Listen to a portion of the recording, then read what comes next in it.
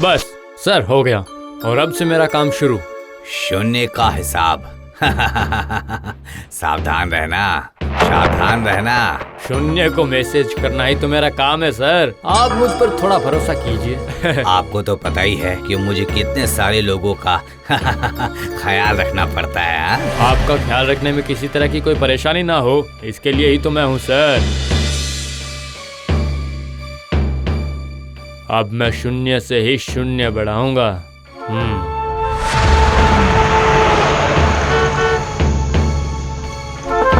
आ जाओ।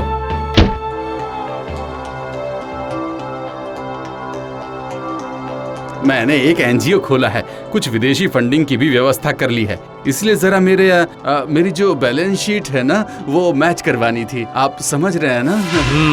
वैसे आपको मेरी फीस तो पता है ना? अजी हाँ, जानता हूँ ना। ऑनलाइन पे कर दूं?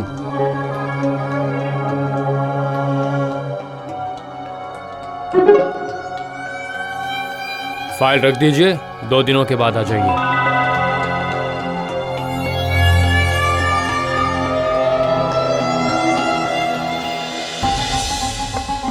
समझी? मंत्री के साथ मेरी ये डील मेरी जिंदगी की सबसे बड़ी डील है। अब हमारे बेटे को अमेरिका में पढ़ने के लिए भेजने में कोई परेशानी नहीं होगी। सब कुछ अच्छे से हो जाए बस।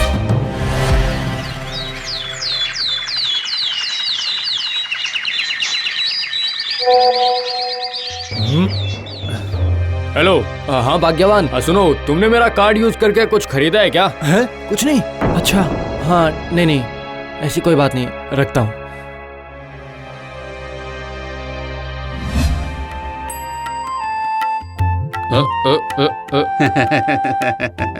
आहा, वाह, धान की फसल कितनी अच्छी हुई है। ये तो आपने ही भेजा है। मैंने कब भेजा? नहीं, कुछ ना कुछ तो गड़बड़ जरूर है। बाकी के पैसे तुम्हारे अकाउंट में ट्रांसफर हो गए हैं। किसी को शक ना हो और बैंक में किसी तरह की परेशानी ना हो, इसलिए मैंने बैंक वालों से बात कर लिया है। चिंता नहीं करना।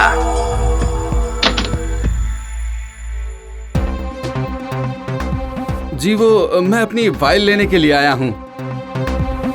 अच्छा, अब ये फाइल रखकर जा रहा हूँ, है ना? हैं? और हमें और फंडिंग मिली है, तो आप इसके पेपर भी जरा रेडी कर दीजिए ना सर।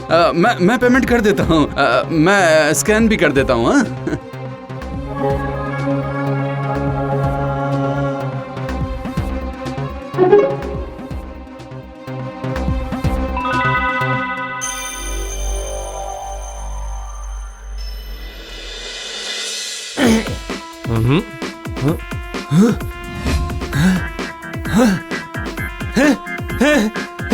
Yes, yes.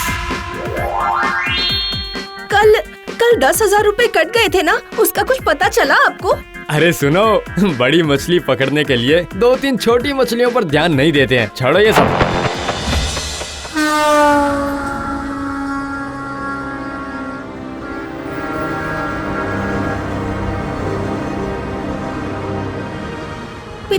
पिताजी, आप इतनी रात में ट्रेन दिखाने के लिए लेकर जा रहे हैं?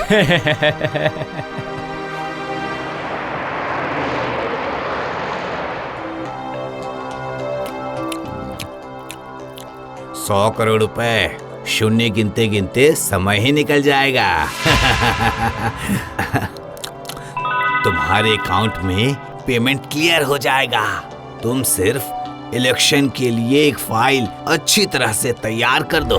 सत्य की जय हो। सत्य की जय जरूर होगी सर, आप निश्चिंत रहिए।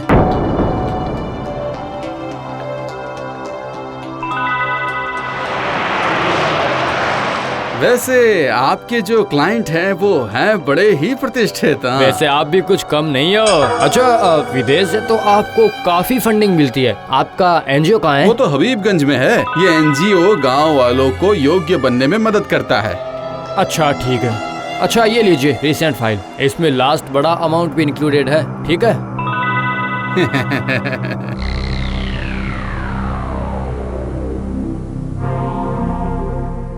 हेलो। लोकेशन है हबीबगंज और क्लाइंट थोड़ा पतला है, बाल घुंघराले हैं और उसकी दाढ़ी भी है। नाम लाजपत है। ओए, सुन रहे, काम आया है, समझा ना? नो मार, ओनली धमकाने का है और इन्फॉर्मेशन निकलवाने का है, समझा क्या? 100 करोड़ रुपए गायब कर दिए। उसने ये कैसे किया? अरे उसके जैसा एक मामूली इंसान ऐसा कैसे कर सकता है? और तुम उसे पकड़ नहीं पा रहे हो। लानत है तुम्हारे पुलिस ऑफिसर होने पर। हाँ?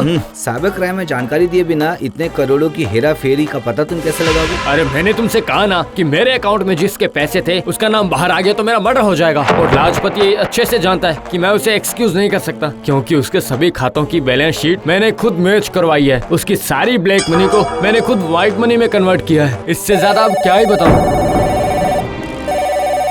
अकाउंट पर सब ठीक ठाक है ना?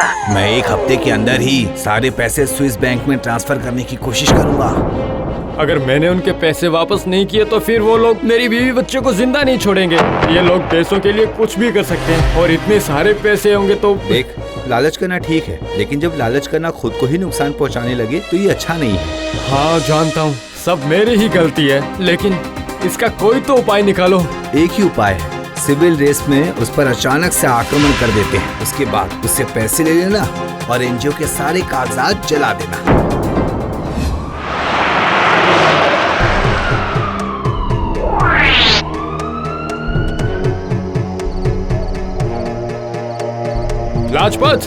लाजपत बाहर आओ।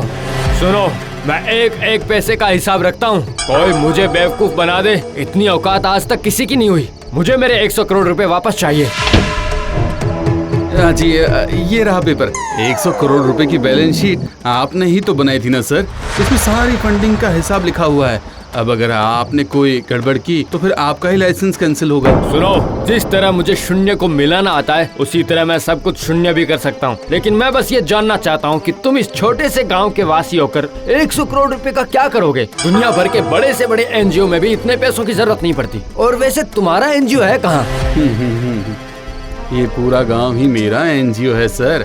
मैंने सारे पैसे इस गांव में और यहाँ आसपास में और भी जितने गांव हैं वहाँ के लोगों में जिन्हें उचित मूल्य नहीं मिल पाता है उनमें बांट दिया है। उनके चेहरे पर हंसी वापस लाया हूँ। क्या मतलब?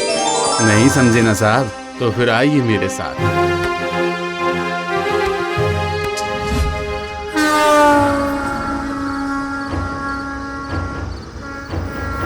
देखिए, ये जो धान की जमीन देख रहे हैं ना, ये मेरी जमीन थी। मुझे मेरे पिताजी से जमीन मिली। लगातार 2 साल तक बारिश नहीं हुई, अकाल पड़ चुका था। उसी वक्त गांव में स्वर्णपुरी नाम की एक संस्था है। उनकी स्कीम थी, जितना पैसा दोगे उसका 10 गुना पाओगे। उस वक्त घर में बीवी बच्चे की हालत बहुत ही खराब थी साहब। मैं महाजन के पास गया। मैंने अपनी जमीन बंधक रखकर उनसे पैसा मांगा। महाजन ने मुझे पैसे दिए। सिर्फ मैंने ही नहीं बल्कि गांव के लगभग सभी ने अपना सब कुछ बेचकर पैसों का इंतजाम करके स्वर्णपुरी संस्था में जमा करवाए। लेकिन एक दिन अचानक ही वो संस्था बंद हो गई। उसके बाद महाजन ने सभी से उनका सब कुछ छीन लिया। इसी तरह एक रात ज्योतिष अनुसार जब ये धान जमीन सो रही थी, मैं उस वक्त अपनी बीवी और बच्चे को लेकर आया था। वो देखिए, वो दोनों खड़े हैं, वो रहे।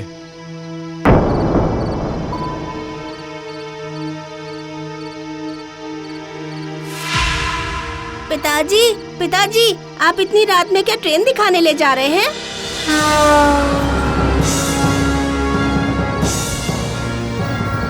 हे, ये तुम क्या कर रहे हो? क्या कर रहे हो? ये तुम क्या कर रहे हो? रुक जाओ।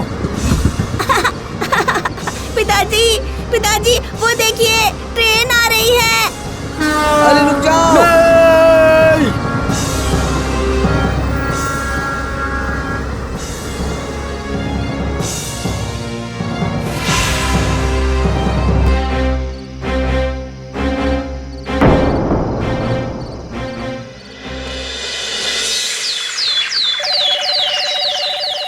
अरे फोन उठाओ। अरे फोन तो उठाओ।